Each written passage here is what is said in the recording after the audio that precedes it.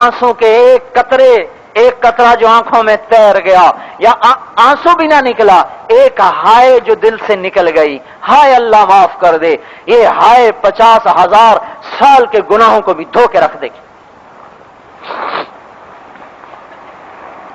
لا تضرہ الذنوب ولا تنقصہ المغفرہ۔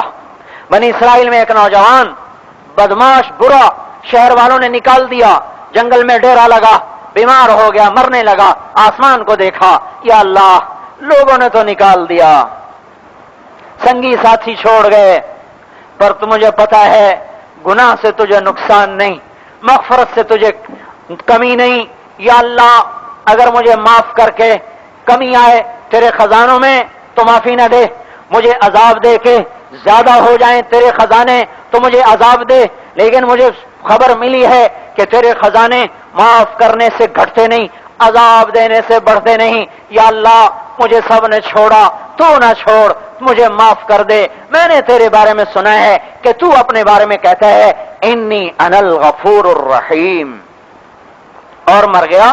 موسیٰ علیہ السلام نے سے اللہ تعالیٰ نے فرمایا میرا ایک دوست جنگل میں مر گیا، جاؤ اس کے جنازے کا انتظام کرو اور شہر میں اعلان کرو، جو اس کا جنازہ پڑھے گا اس کی بھی بخشش ہو جائے گی۔ سارا شہر امڑ آیا، بھاگے آ رہے، دیکھا تو وہی شرابی، وہی جواری، وہی جو کچھ بھی آپ کہہ لیں۔ انہوں نے کہا یا موسیٰ یہ تو وہ، یہ ایسا یہ ولی کب سے بن گیا، یہ اتنا اونچا کب سے بن گیا؟ اللہ تعالیٰ سے موسیٰ علیہ السلام نے پوچھا، اللہ تعالیٰ نے فرمایا یہ ایسا ہی تھا جیسے لوگوں نے کہا، پر جب اس پر موت آئی اور اس کی بے بسی کو میں نے دیکھا کہ دائیں دیکھا تو کسی کو نہ پایا، بائیں دیکھا تو کسی کو نہ پایا، پھر اس نے مجھے بے بسی میں پکارا، اے موسیٰ جو مجھے بے بسی میں پکارے کیا میرے لیے مناسب ہے کہ میں اس کو تنہا چھوڑ دوں؟ مجھے میری عزت کی قسم اگر اس وقت وہ مجھ سے سارے جہان کی بخشش مانگتا تو میں سارے جہان کو معاف کر دیتا۔ اے بھائیو، اللہ کے سامنے ہمارے گناہوں کی کوئی حیثیت نہیں، پر کوئی توبہ بھی تو کرے، کوئی توبہ بھی تو کرے۔ آج توبہ کر کے اٹھو یہاں سے، جو کیا سب ختم ہو جائے گا، وہ زمین بھول جائے گی، وہ ہوا بھول جائے گی، وہ فرشتے بھول جائیں گے، وہ کائنات کا چپا چپا جو کل کو آپ کے خلاف گواہی دینے والا ہے، اللہ سب کو بھلا دے گا، ایسا پاک بلائے گا جیسے ماں کے پیٹ سے بچہ پاک پیدا ہوتا ہے، اللہ ایسا دفتر آپ کا پاک کر دے گا۔ پر کوئی آئے تو صحیح، وہاں تو نظریں لگی ہوئی ہیں، دروازے کھلے ہوئے ہیں، نہ دن میں بند ہو نہ رات میں بند ہو، بلکہ رات کو بادشاہوں کے دروازے بند ہو جاتے ہیں اور اس بادشاہ کا خصوصی دروازہ کھل جاتا ہے، بادشاہوں کے درباروں پہ تالے پڑ جاتے ہیں اور اس بادشاہ کا خصوصی دربار لگ جاتا ہے، بادشاہ سو جاتے ہیں اور وہ بادشاہ عرش سے نیچے پہلے آسمان پہ آ جاتا ہے، پھر کہتا ہے کوئی لینے والا تو آئے، ہے کوئی مانگنے والا تو آئے، ہے کوئی چاہنے والا تو آئے، ہے کوئی بخشش لینے والا تو آئے، ہے کوئی توبہ کرنے والا تو آئے، میں ہوں وہ غنی جو نادار نہیں، میں ہوں وہ بادشاہ جس کے ملک کو زوال نہیں۔ کوئی آئے تو بھائیو اللہ سے جڑنا یہ صرف تبلیغ میں جانے والوں کی ضرورت ہے، ہر مسلمان کی چاہت، ہر انسان کی ضرورت ہے۔ اگر اللہ نہ ملا تو کچھ نہ ملا، اگر اللہ کا رسول نہ ملا تو کچھ نہ ملا۔ آپ کے شہرت کا ڈنکا بجا، آپ کے لیے صف بستہ لوگ کھڑے ہوئے، آپ کے لیے اخباروں میں سرخیاں جمی، لیکن ایک دن وہ بھی آئے گا جب آپ کی قبر کو بھی جاننے والا کوئی نہ ہوگا۔ آپ کے لیے سونے چاندی کے ڈھیر لگے، لیکن ایک دن وہ بھی آئے گا، ایک دن وہ بھی آئے گا میرے بھائیوں جب خالی ہاتھ کر کے اور دو کپڑوں میں زمین کی تہ کے نیچے دبا دیا جائے گا۔ لیکن آپ اللہ تعالیٰ کہہ رہے ہیں یا داؤد، اے داؤد لو یعلم المدبرون عنی، بتا لوگوں کو جو میرے نافرمان ہیں، میری عزت کی قسم میں اپنے نافرمانوں سے اتنی محبت کرتا ہوں کہ اگر انہیں میری محبت کا پتہ چل جائے تو ان کا جوڑ جوڑ اپنی جگہ سے جدا ہو جائے، ان کے جسم کے ٹکڑے ٹکڑے ہو جائیں اگر انہیں میری محبت کا پتہ چل جائے۔ کس سے؟ نافرمان سے۔ اے داؤد جب میں نافرمانوں سے اتنی محبت کرتا ہوں تو خود بتا کہ میں اپنے آپ جو مجھ سے محبت کرتے ہیں، جو میرے فرما بردار ہیں، میں ان سے کتنی محبت کرتا ہوں۔ لو يعلم المدبرون عني، یہ تو وہ ہیں جو مجھ سے ہٹے ہوئے ہیں، فكيف المقبلون علي، جو میری طرف کو آ رہے ہیں میں ان سے کتنی محبت کرتا ہوں گا۔ بتاؤ ان کو من تقرب الي تلقيته من بعيد، جو میری طرف چل کو آئے گا میں آگے بڑھ کے اس کا استقبال کروں گا۔ کب آئے گا؟ جب آ جائے، دروازے کھلے ہوئے ہیں، دنیا کا بادشاہ نہیں ہے، یہ دنیا کا بادشاہ نہیں ہے، یہ پاکستان کا بادشاہ نہیں ہے، یہ امریکہ ہندوستان سات بر اعظم کا بادشاہ نہیں، کل کائنات کا بادشاہ ہے۔ لا يضرہ الذنوب ولا تنقصہ المغفرہ، جس کو گناہ نقصان نہیں پہنچاتے، معاف کرنا اس کے خزانوں میں کمی نہیں کرتا۔ لہذا 70 سال میں آ جائے، راہیں کھلی ہیں، دروازے کھلے ہیں، اس نے انتظار ہو رہا۔ 50 سال کی عمر میں آ جائے، انتظار ہے۔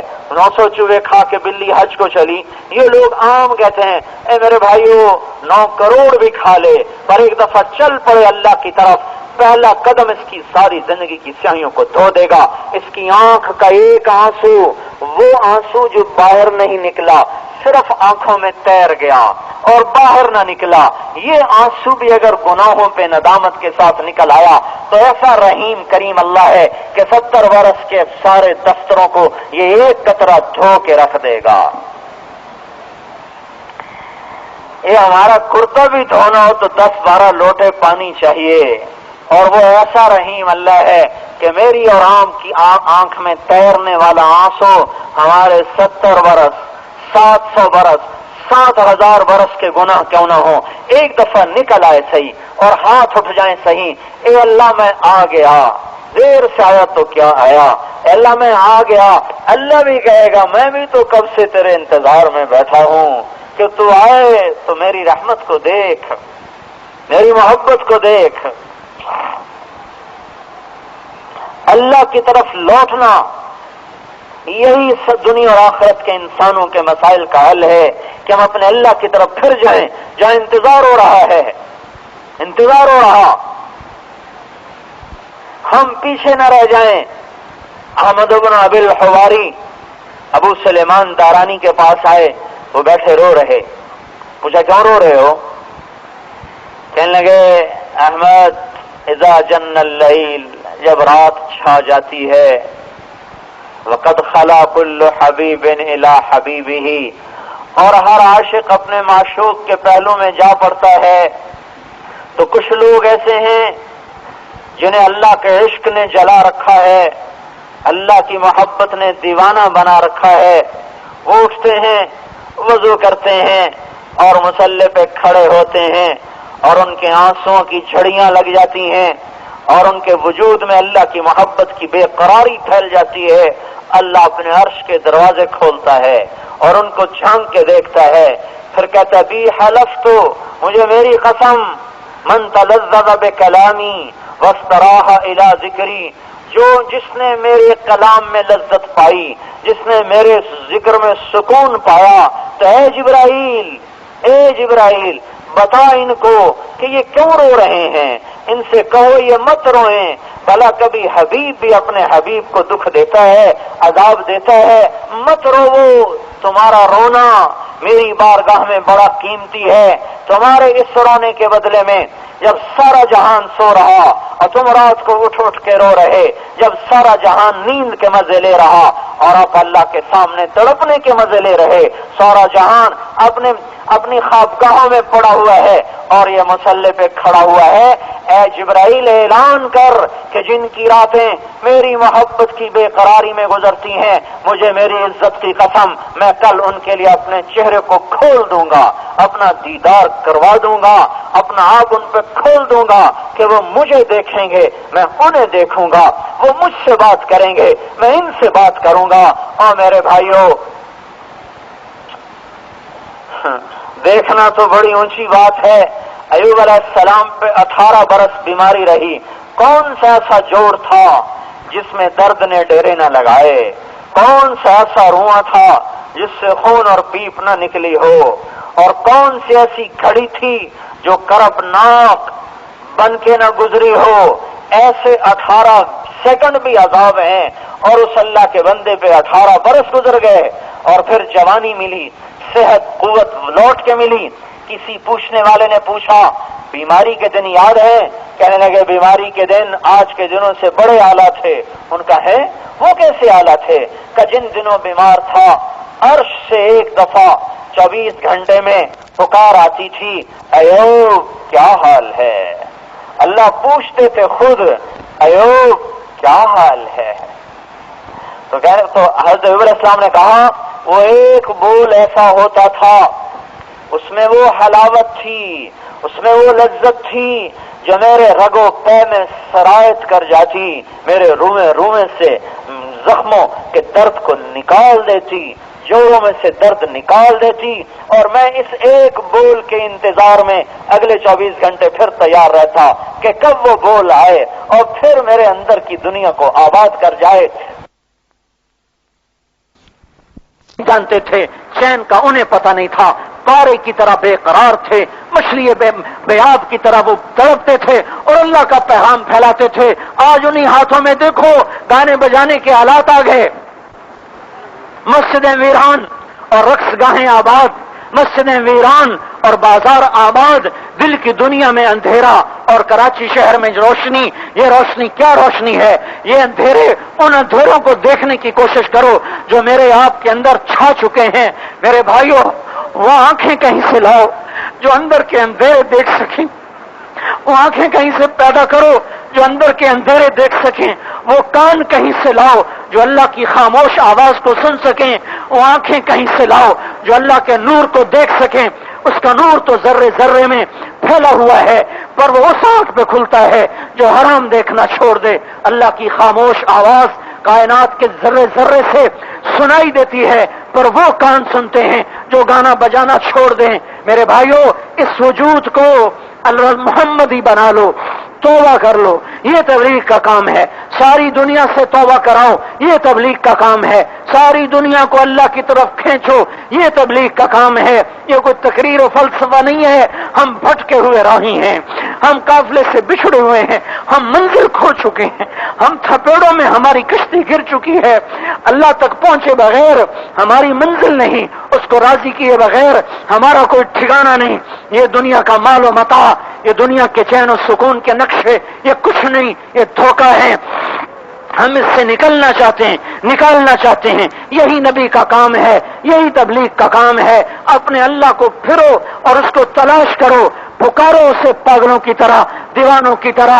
اے اللہ تو کہاں ہے؟ ہم تیری تلاش میں ہیں. اسے شارک کے قریب پاؤ گے. اللہ مل گیا سب کچھ مل گیا.